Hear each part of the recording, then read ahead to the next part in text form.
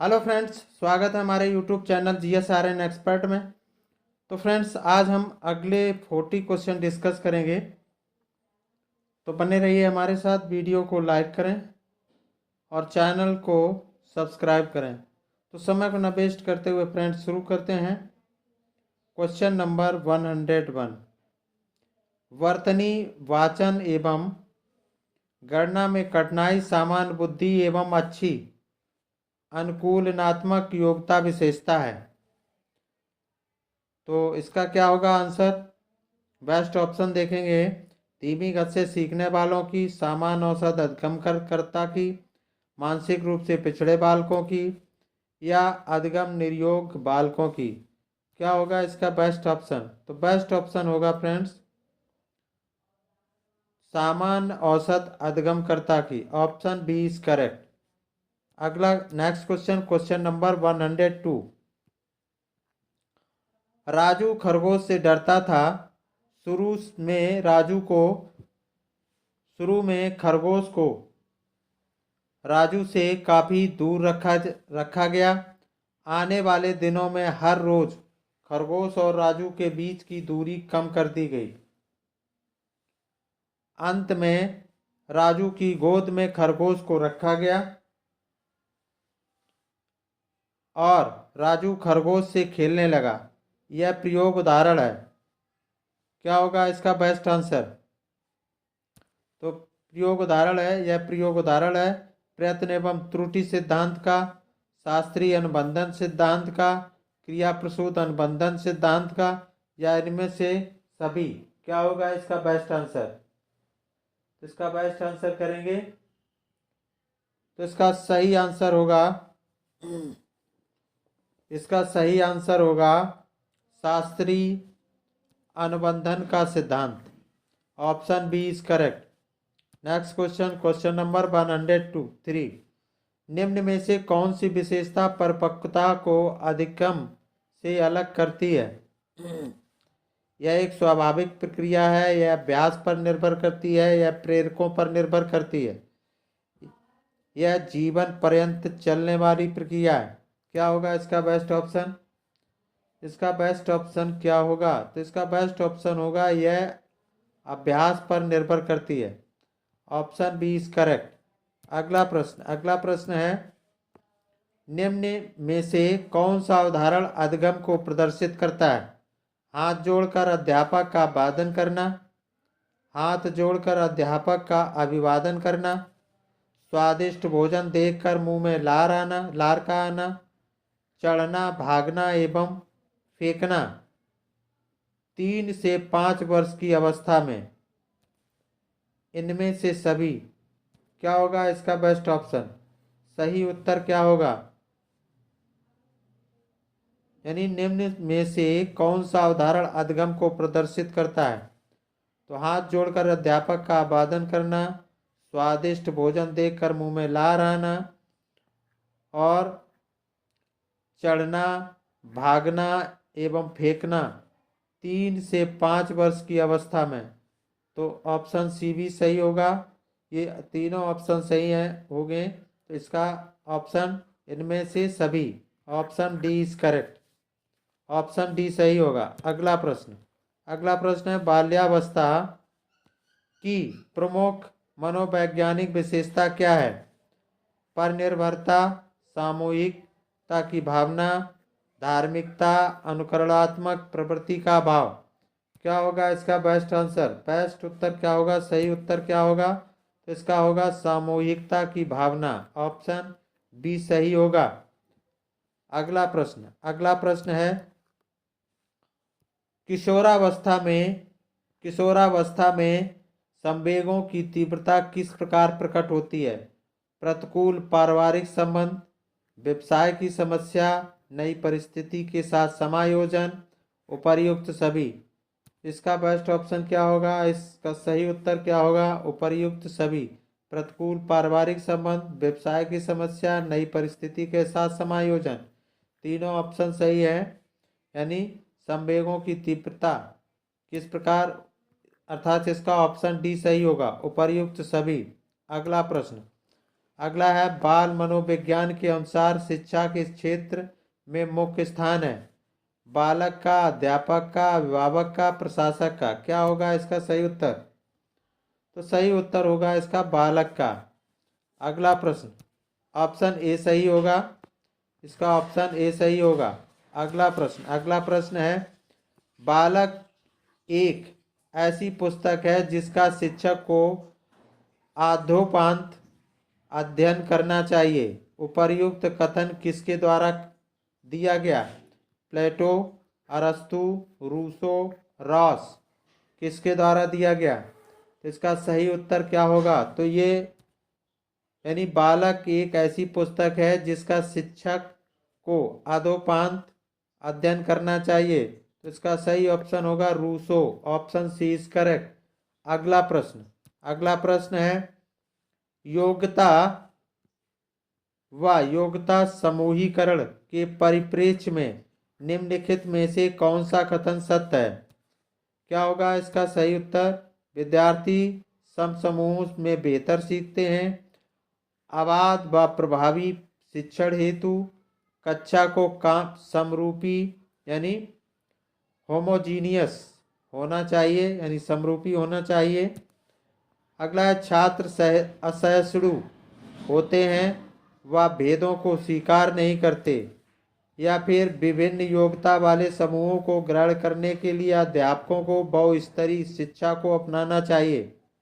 क्या होगा इसका सही उत्तर? तो इसका सही उत्तर होगा विभिन्न योग्यता वाले समूहों को ग्रहण करने के लिए अध्यापकों को बहुस्तरीय शिक्षा को अपनाना चाहिए। Option D is correct. Option D सही होगा। अगला प्रश्न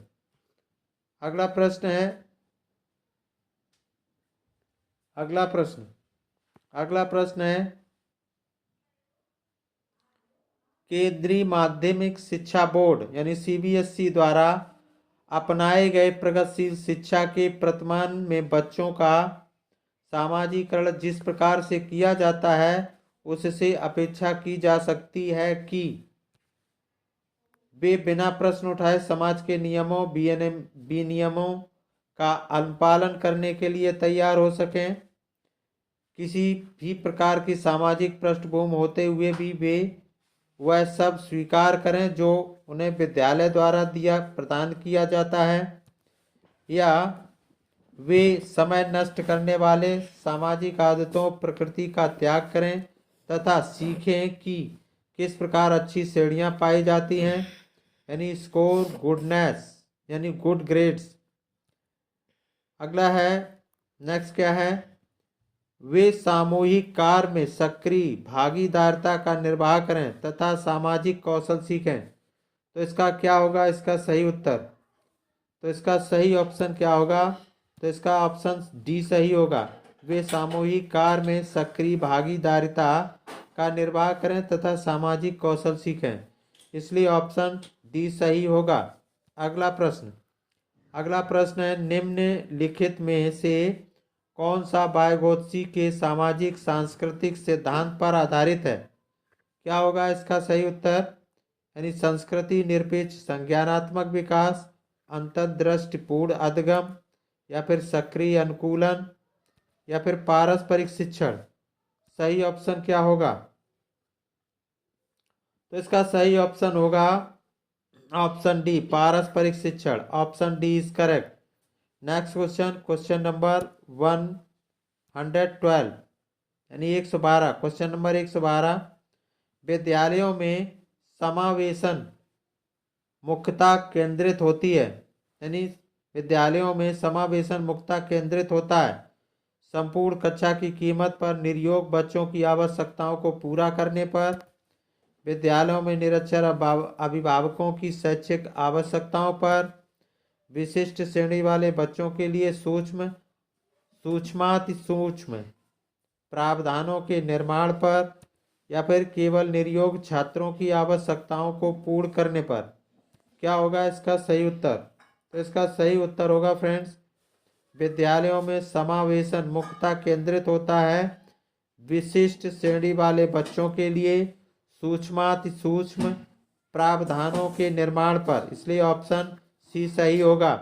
अगला प्रश्न है विद्यालय आधारित प्रारंभिक किया गया था, यानी विद्यालय आधारित प्रारंभ किया गया था ताकि विद्यार्थियों की उन्नति की बेहतर व्यवस्था के लिए उनकी सभी गतिविधियों के नियमित अवलोकन हेतु अध्यापकों को अभिप्रेरित किया जा सके, या विद्यालय अपने क्षेत्रों में विद्यमान अन्य विभिन्न विद्यालयों की तुलना में प्रतियोगिता द्वारा अपनी विशिष्टता का प्रदर्शन करने हेतु अभिप्रेरित हो सकें।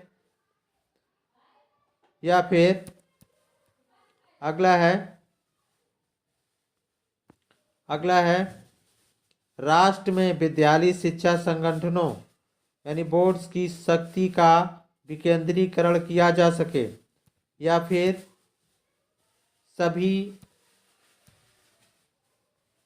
फिर सभी विद्यार्थियों के संपूर्ण विकास को निश्चित किया जा सके। क्या होगा इसका बेस्ट आंसर? सही उत्तर क्या होगा? इसका आंसर करेंगे फ्रेंड्स। इसका आंसर करेंगे तो क्या होगा इसका आंसर?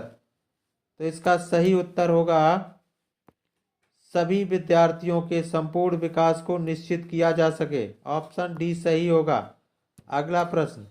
अगला प्रश्न है निम्नलिखित में से कौन सा विकासात्मक विचार का उदाहरण नहीं है? कौन सा विकासात्मक विकार का उदाहरण नहीं है? क्या होगा इसका सही उत्तर? यानी पर अभिघातज तनाव यानी पोस्ट ट्रॉमेटिक स्ट्रेस, या फिर न्यून अवधान सक्रिय विकार यानी अटेंशन डेफिसाइट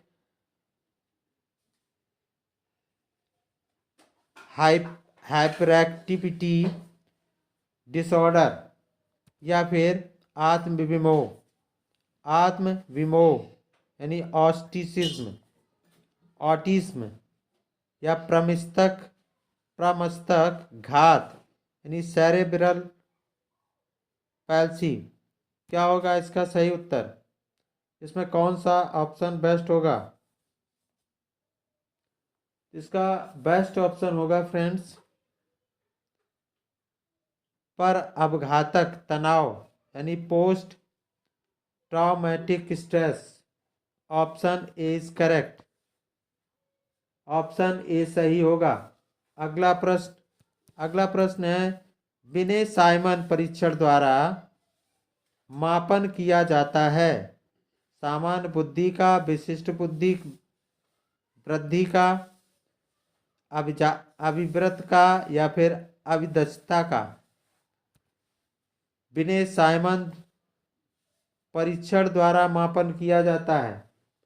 किसका किया जाता है? सामान्य बुद्धि का। ऑप्शन ए सही होगा।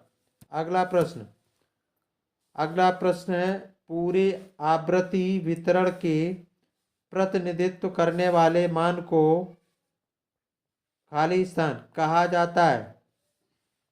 प्रमाणिक विचलन का मान, केंद्रवर्ती प्रमाप का मान, सहसंबंधी प्रतिनिधि का मान, समूहज प्रतिशत प्रतिनिधि का मान। क्या होगा इसका सही उत्तर?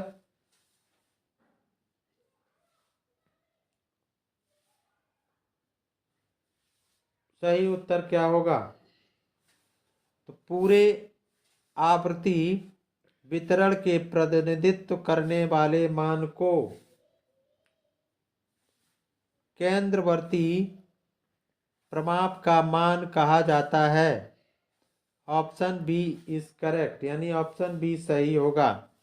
अगला प्रश्न है निम्नलिखित में से कौन सा निरीक्षण हार्वर्ड गार्डनर के बहुविधि बुद्धि सिद्धांत का समर्थन करता है?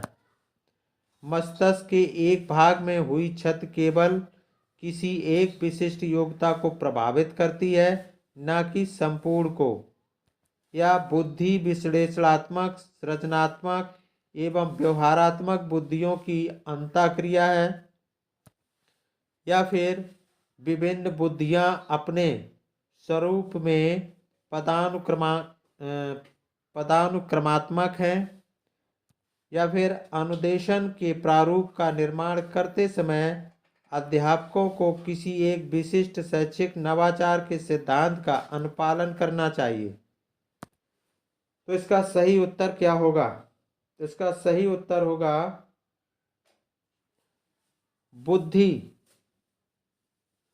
बुद्धि विश्लेषणात्मक, सृजनात्मक एवं व्यवहार बुद्धियों की अंतःक्रिया है।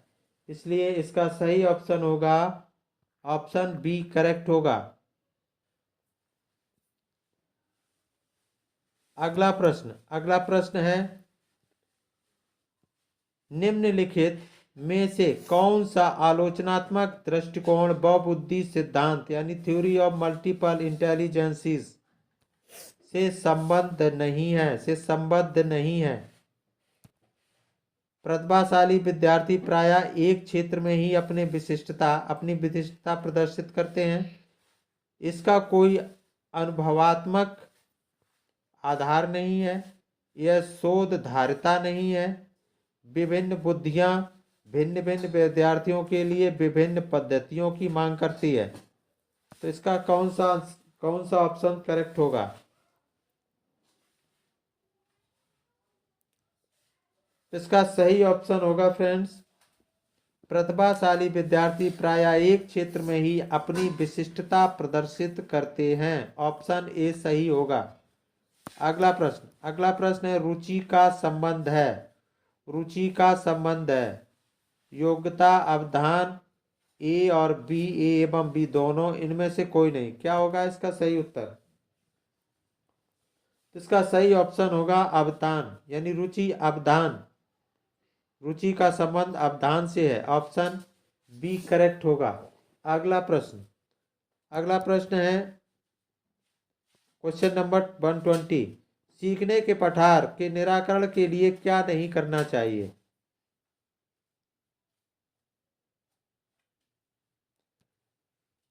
सीखने वाले को प्रेरित और प्रोत्साहित करना चाहिए।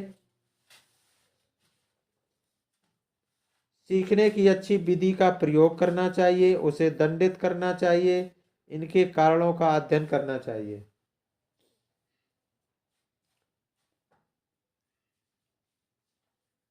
तो इसका सही ऑप्शन क्या होगा? इसका सही ऑप्शन होगा उसे दंडित करना चाहिए। ऑप्शन सी सही होगा। यानी सीखने के पठार के निराकरण के लिए क्या नहीं करना चाहिए? तो उसे दंडित करना चाहिए, ये नहीं करना चाहिए। ऑप्शन सी सही होगा। अगला प्रश्न है 100 यानी 121। अनुबंधन की प्रक्रिया में प्रथम सोपान निम्नांकित में से कौन सा है? उत्तेजना, आवृत्ति, सामान्यीकरण, या इनमें से कोई नहीं।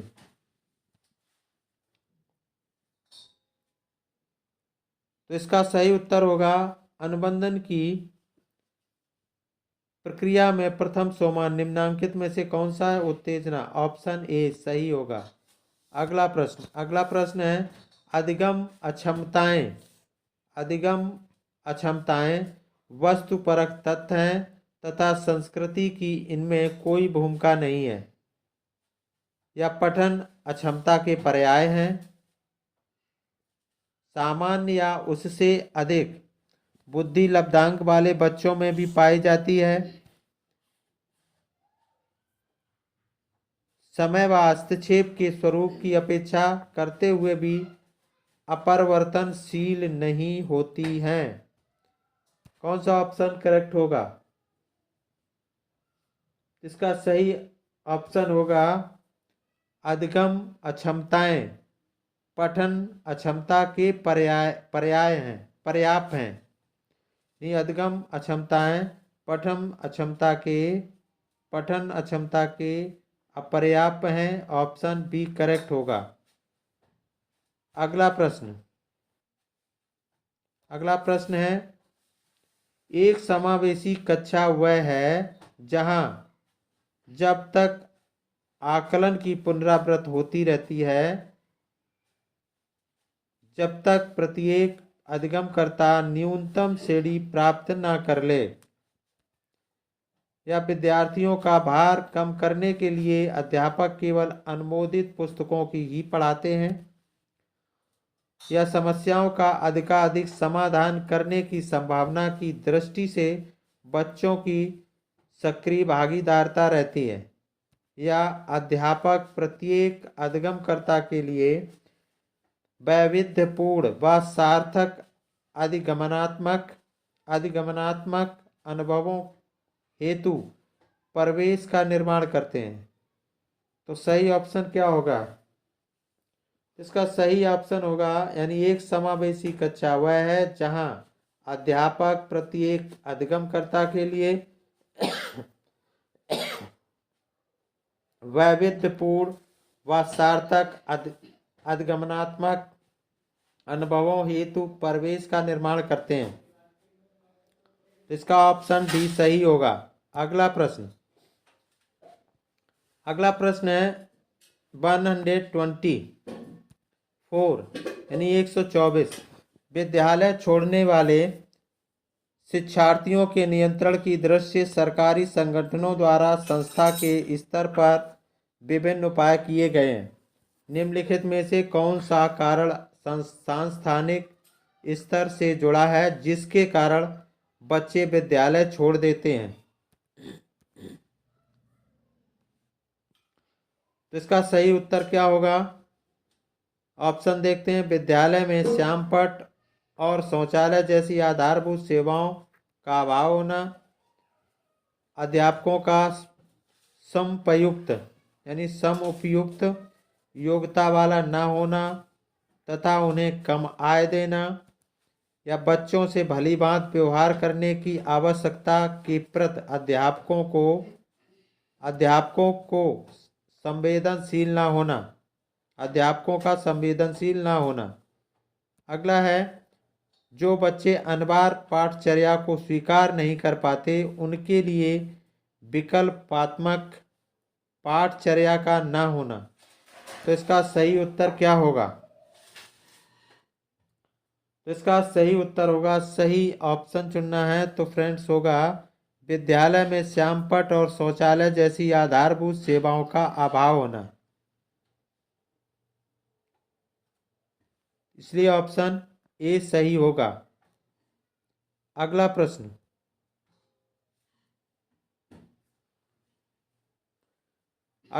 है 125। निम्नलिखित में से कौन सा प्रदत्त कार्य असाइनमेंट प्रतिभाशाली विद्यार्थी के लिए उपयुक्त है? अन्य विद्यार्थियों की तुलना में समान प्रकार के परंतु अपेक्षाकृत अधिक अभ्यास उसे अपने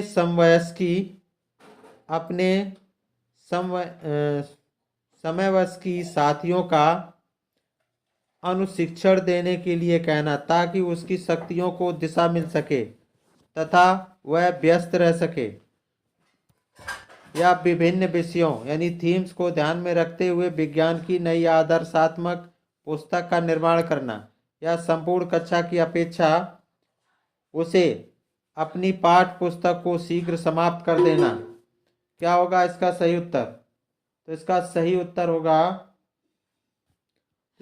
उत्तर होगा उसे अपने समवयस्की साथियों का अनुशिक्षण देने के लिए कहना ताकि उसकी शक्तियों को दिशा मिल सके तथा वह व्यस्त रह सके। तो इसका ऑप्शन बी करेक्ट होगा, यानी व्यस्त रह सके। तो इसका ऑप्शन क्या होगा? इसका ऑप्शन बी सही होगा। अगला प्रश्न है संज्ञानात्मक प्रशिक्षुता तथा शैक्षिक संवाद अधिगम को एक सामाजिक गतिविधि के रूप में ग्रहण करते हैं। आगमनात्मक तार्किकता के अनुप्रयोग पर आधारित हैं या पाठ सामग्री के सुव्यवस्थित संगठन पर बल देते हैं, या कुशलता की प्राप्ति हेतु व्यवहारिक प्रशिक्षण की आवश्यकता पर बल देते हैं। क्या होगा इसका सही उत्तर? तो इसका सही उत्तर होगा ऑप्शन डी, कुशलता की प्राप्ति हेतु व्यवहारिक प्रशिक्षण की आवश्यकता पर बल देते हैं। यानी संज्ञानात्मक प्रशिक्षुता तथा शैक्षिक संवाद कुशलता की प्राप्ति हेतु व्यवहारिक प्रशिक्षण की आवश्यकता पर बल देते हैं। अगला प्रश्न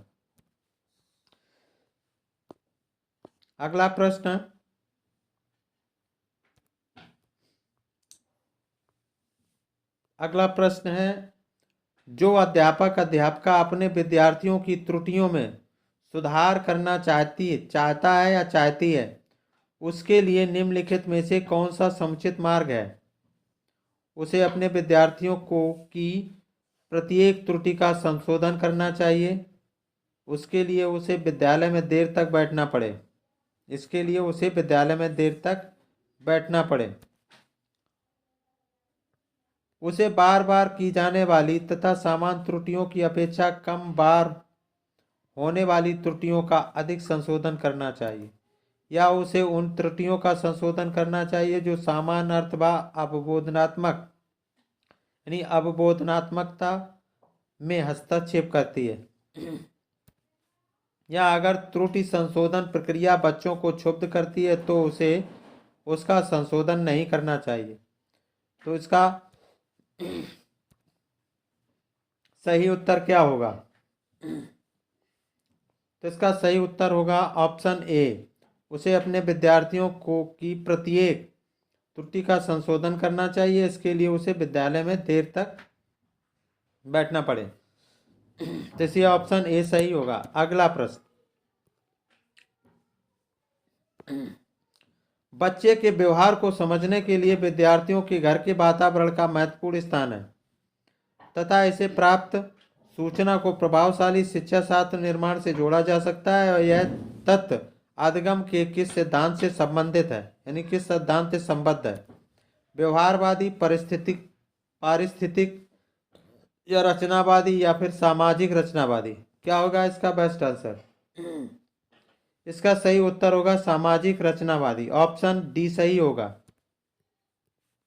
अगला प्रश्न है, भारत सरकार ने प्राथमिक विद्यालयों में मध्याह्न भोजन योजना प्रारंभ की है। निम्नलिखित में से कौन सा अभिप्रेरणात्मक सिद्धांत इस योजना का समर्थन करता है? व्यवहारवादी, समाज सांस्कृतिक, संज्ञानात्मक या मानवीय? इसका सही उत्तर बताएंगे। तो इसका सही उत्तर होगा समाज सांस्कृतिक। ऑप्शन बी करेक्ट होगा। अगला प्रश्न, निम्नलिखित में से कौन सा तत्व कक्षा में अधिगम हेतु सहायक हो सकता है? समानता बनाए गए रखने के लिए किसी एक अनुदेशन पद्धति पर टिके रहना, कालांश की अवधि को 40 मिनट से 50 मिनट तक बढ़ा देना, या बच्चों को अधिगम हेतु प्रेरित करने के लिए परीक्षणों की संख्या को बढ़ा देना, या अध्यापकों द्वारा बच्चों की स्वायत्तता को बढ़ावा व सहायता देना? इसका बेस्ट आंसर क्या होगा? तो इसका बेस्ट ऑप्शन होगा ऑप्शन डी, अध्यापकों द्वारा बच्चों की स्वायत्तता को बढ़ावा या सहायता देना। ऑप्शन डी सही होगा। अगला प्रश्न है 131, बच्चों में सीखी गई निस्सहायता का कारण है अपने अभिभावकों की अपेक्षाओं के साथ तालमेल ना बना पाना, अध्ययन को गंभीरतापूर्वक न लेने हेतु नैतिक निर्णय, इस व्यवहार को अर्जित कर लेना कि वे सफल नहीं हो सकते, या कक्षा गतिविधियों के प्रति कठोर निर्णय? इसका बेस्ट ऑप्शन क्या होगा? तो इसका बेस्ट ऑप्शन होगा इस व्यवहार को अर्जित कर लेना कि वे सफल नहीं हो सकते। ऑप्शन सी सही होगा। अगला प्रश्न है, निम्नलिखित में से कौन सा कारक अधिगम को सकारात्मक प्रकार से प्रभावित करता है? सहपाठियों की से प्रतियोगिता, अर्थपूर्ण संबंध, माता पिता की ओर से दबाव, अनुत्तीर्ण हो जाने का भय। तो उसका क्या करेंगे, क्या होगा इसका सही उत्तर? तो इसका सही उत्तर होगा अर्थपूर्ण संबंध, ऑप्शन बी सही होगा। अगला प्रश्न है, गणित में अधिगम निर्योग्यता का आकलन निम्न में से किस परीक्षण द्वारा सर्वाधिक उचित तरीके से किया जा सकता है? निदानात्मक परीक्षण, स्क्रीनिंग परीक्षण, उपलब्धि परीक्षण या अभिक्षमता परीक्षण। क्या होगा इसका सही उत्तर? तो इसका सही उत्तर होगा निदानात्मक परीक्षण, ऑप्शन ए सही होगा। अगला प्रश्न, प्रभावपूर्णता, व्याख्या, मौलिकता और लचीलापन के साथ संबंधित तत्व है। गुण, अपसारी चिंतन, तत्वरण या प्रतिभा। सही ऑप्शन क्या होगा इसका? तो इसका सही ऑप्शन होगा प्रतिभा, ऑप्शन डी सही होगा। अगला प्रश्न, वाइगोत्स्की के सिद्धांत में विकास के निम्नलिखित में से कौन से पहलू की उपेक्षा होती है? कौन से पहलू की उपेक्षा होती है? सांस्कृतिक, जैविक, भाषाई, सामाजिक। बेस्ट आंसर क्या होगा? तो इसका बेस्ट आंसर होगा जैविक, ऑप्शन बी करेक्ट होगा, जैविक। अगला प्रश्न, ग्रेड अंकों से कैसे अलग है? यह प्रश्न निम्न में से किस प्रकार के प्रश्नों से संबंध रखता है? विश्लेषणात्मक, मुक्त अंत, समस्या समाधान, अपसारी। क्या होगा इसका सही ऑप्शन? तो इसका सही ऑप्शन होगा विश्लेषणात्मक, ऑप्शन ए सही होगा। अगला प्रश्न है, रिया कक्षा पिकनिक तय करने हेतु ऋषभ से सहमत नहीं है। वह सोचती है कि बहुमत के अनुकूल बनाने के लिए नियमों का संशोधन किया जा सकता है। यह सहपाठी विरोध प्याजे के अनुसार निम्नलिखित में से किससे संबंधित है? संज्ञानात्मक अपरिपक्वता, प्रतिक्रिया, सहयोग की नैतिकता या विषमांग नैतिकता। तो क्या होगा इसका सही उत्तर? इसका सही आंसर क्या होगा? इसका सही आंसर होगा सहयोग की नैतिकता, ऑप्शन सी सही होगा। अगला प्रश्न है, सिद्धांत चित्र खाली स्थान यानी के द्वारा नवीन अवधारणाओं की समझ बढ़ाते हैं। सिद्धांत चित्र खाली स्थान के द्वारा नवीन अवधारणाओं की समझ बढ़ाते हैं। विशिष्ट विवरण पर एकाग्रता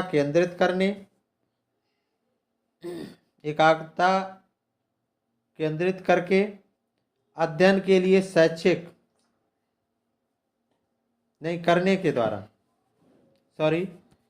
विशिष्ट विवरण पर एकाग्रता केंद्रित करने, अध्ययन के लिए शैक्षणिक विषय वस्तु की प्राथमिकता तय करने या तर्कपूर्ण ढंग से सूचनाओं को व्यवस्थित करने की योग्यता को बढ़ाने, या फिर विषय क्षेत्रों के बीच ज्ञान स्थानांतरण।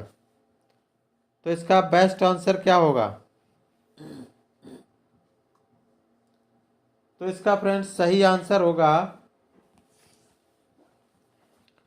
इसका सही उत्तर होगा सिद्धांत चित्र तर्कपूर्ण ढंग से सूचनाओं को व्यवस्थित करने की योग्यता को बढ़ाने के द्वारा नवीन अवधारणाओं की समझ बढ़ाते हैं, ऑप्शन सी सही होगा,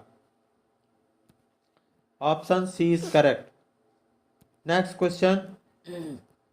तो फ्रेंड्स आज के लिए बस इतना ही। तो आई होप आपको वीडियो अच्छी लगी होगी, तो वीडियो को लाइक करें और चैनल को सब्सक्राइब करें। Thanks for watching the video. Video को वॉच करने के लिए आपको बहुत बहुत धन्यवाद। फिर मिलेंगे अगली वीडियो में, तब तक के लिए नमस्कार।